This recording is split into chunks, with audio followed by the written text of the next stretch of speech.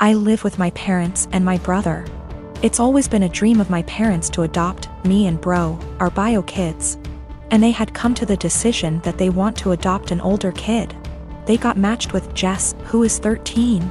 Due to the current situation, she is not living with us, but we've met before and she spent a weekend with us in January.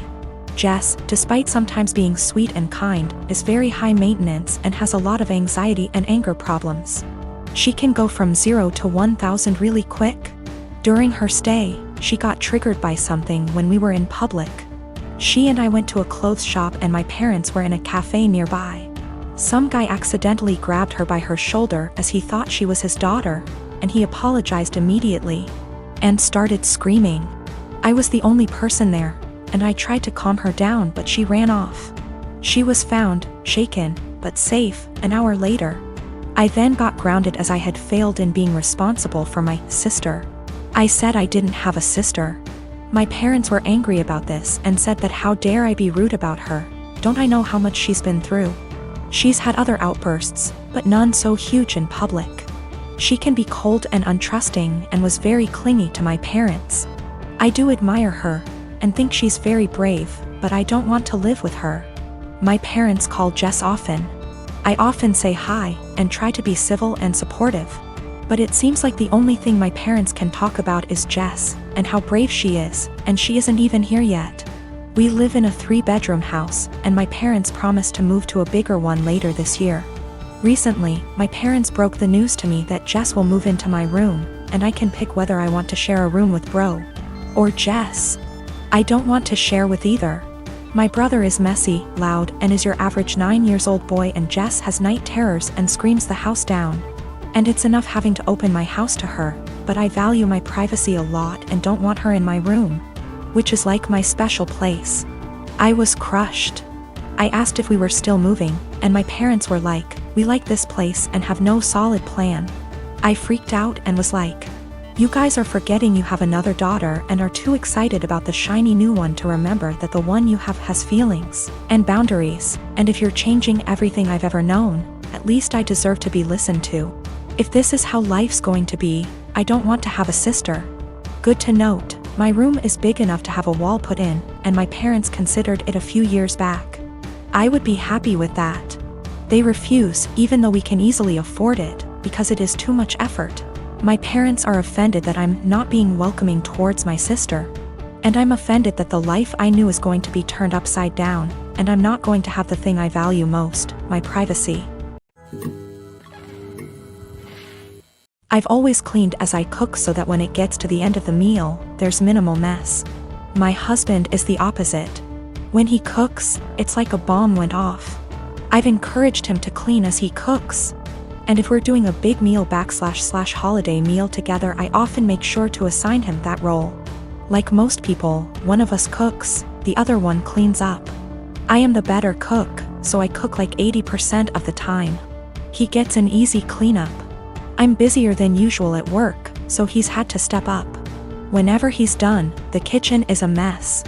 I don't even get how it happens. There will be oil splatters untouched, stuff drying to dishes, peels and meat. I'm not about to let food sit out overnight, so after I'm done eating I'll start the process and won't get to really relax much. Last week I asked if he could please try cleaning as he cooks. He told me the rule is one person cooks, the other person cleans. I said I get that, but you're leaving me with a huge mess every night. He said I just don't have the time to clean up when I'm focused on cooking, knowing full well I'll see him scrolling on his phone. I just got so fed up, so on Sunday I made a big pot of chili. I didn't clean up as I worked. When I was done, I served him, sat down, enjoyed a beer and dinner. When he finally went into the kitchen, he said, "What the? Why is there such a mess?" I said that I was too busy paying attention to the chili to clean up. I started to get ready for bed. He was like, "You're just going to leave this here?" And I said yes. He said he would have to wake up extra early to clean up and that he had to be at work earlier than usual, and was supposed to play a game with his friends later that night, so could I just clean up? I said no, I cooked, so he has to clean. 2 days later he's still pissy with me because he ended up not being able to game and told me that he didn't get enough sleep and was exhausted at work. Not to be too snarky, but it's not like he's a surgeon, because I had to prove a point to him.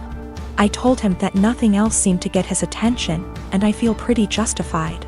He told me I was being a smug asshole about it and it was childish. We don't have a dishwasher, there's no room for one, so everything has to be done by hand. Additionally, doing the dishes means cleaning up the counters and stovetop and sweeping the floor, taking out the trash if need be. When I make chili, it's a process starting // dried chilies that I toast, soak, seed, pulverize, etc. Then there's cooking the dried beans, then there's the onions and garlic and the peels, any other veggies, seeding tomato, cans of tomato, grinding the spices, etc. Then there's grating cheese for the top, etc. It definitely left a ton of dishes and other stuff behind. So another thing that comes up is whoever cooks also cleans, but since I cook most of the time, I just don't see that as being also fair to me. I'll end up spending almost every single day after work, I've been ending work at 6 or 7 some days lately, cooking and cleaning. If I had him cook more I would definitely start to gain weight and then we'd have another issue altogether. My dad married my stepmother 3 months ago and I feel like it made my life significantly harder and less pleasant.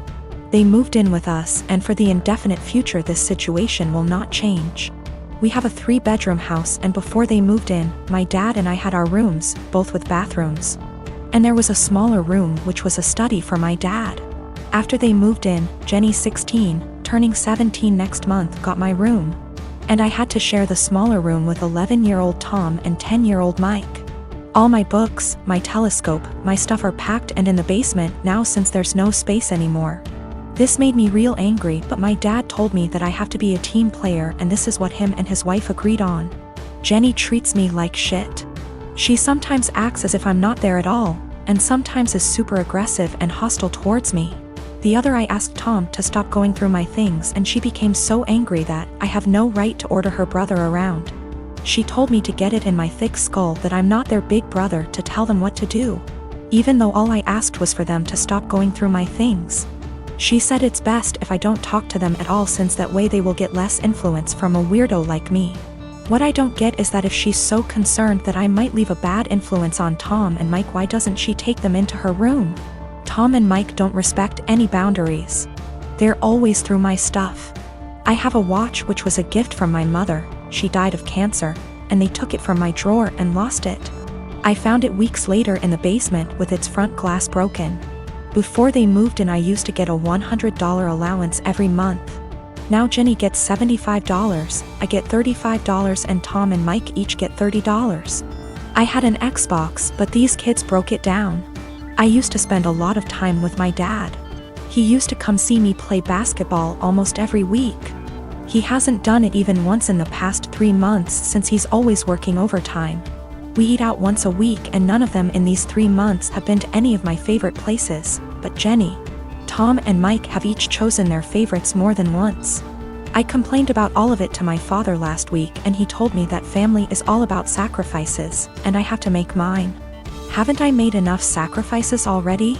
I feel like I'm the only one making sacrifices. I looked forward to them moving in here, but I now feel like an outsider at home. It's not my home anymore. Life has become very difficult for me. I spend as much time as I can outside because inside is so frustrating, but this is causing problems as well. My dad keeps telling me that not being around means I'm not accepting them as part of the family, while in reality it's the opposite. So I get grounded for not being around, and being around is horrible. I don't want to live here anymore, but I'm only 15 and can't move out. I have nobody else who can take me in. I can't stay here for 3 more years. I'll go crazy. I often fantasize about running away at night, but I know that's also as horrible, if not even more. My girlfriend and I have been dating the past 5 years, since college. After graduation, we were semi-long distance, living close enough that we alternately visited almost every weekend. In 2018, and got a job in my city, and we found a place and moved in together. Now's a good time to mention the security cameras in our house. Break-ins are unfortunately common where we live. We thus got some motion-activated cameras, one of which has a view of our kitchen, to monitor the back door. The cameras only record when there's motion so they can retain footage for a very long time. And of course knows this about a year ago, and started complaining I wasn't contributing equally to chores. I've been obsessive about chores my whole life. Growing up, not doing the dishes meant no video games for a week. When I lived with roommates, I was always the chore Nazi, making damn sure we all stuck to our chore wheel. And is just as fastidious about chores, so we just naturally alternated who did what. I'd just been brushing her remarks off, but over the last few months they've become much more aggressive. E.g. I was vacuuming and said, "Look at you finally cleaning up around here." I replied that we alternated vacuuming, to which she retorted, "No, you've vacuumed maybe twice since I moved in." Exchanges like this have been happening so frequently that I began to doubt my own recollection. Am I not as clean as I thought? Finally, she exploded at me last week. She said that having to stay home constantly over the past weeks exposed how little I do around the house, and that she didn't move in just to be my maid.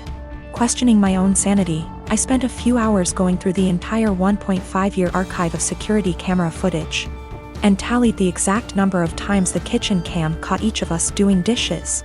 Our cleaning supplies, vacuum, mop, etc., are in the kitchen pantry, so I also tallied up how many times we grabbed cleaning stuff. To my vindication, the tally showed that we indeed split chores equally.